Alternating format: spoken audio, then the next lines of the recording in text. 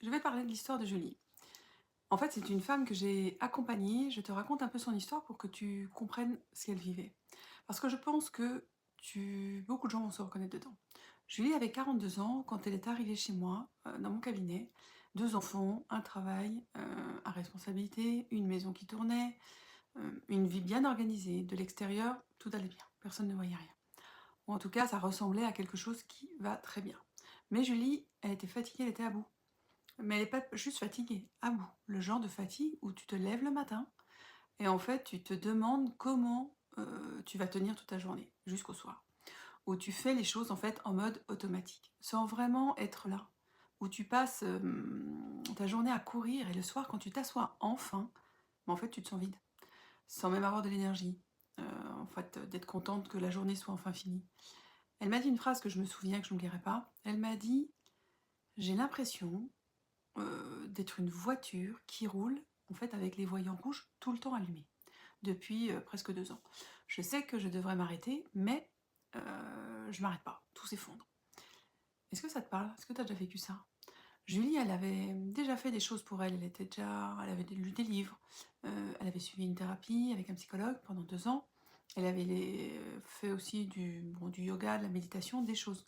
Elle avait vraiment essayé beaucoup de choses. Elle comprenait ses blocages, elle savait d'où ça venait. Elle savait qu'elle avait du mal à se mettre en priorité en fait. Elle savait qu'elle disait oui alors qu'elle voulait juste dire non. Elle savait que ça venait de plus loin que de sa journée réelle. En fait, de son éducation, peut-être de sa relation avec sa maman. Elle pouvait t'en parler très bien, mais elle vivait toujours la même chose, ça se répétait. Et c'est ça qui la désespérait le plus, de comprendre les choses sans que ça change quoi que ce soit. Parce qu'en fait, quelque part, ça voulait dire quoi pour elle que ça répétait? Que même en sachant ce qui se passait, elle n'arrivait pas à faire les choses autrement. Et ça, c'était dur pour elle. C'était compliqué.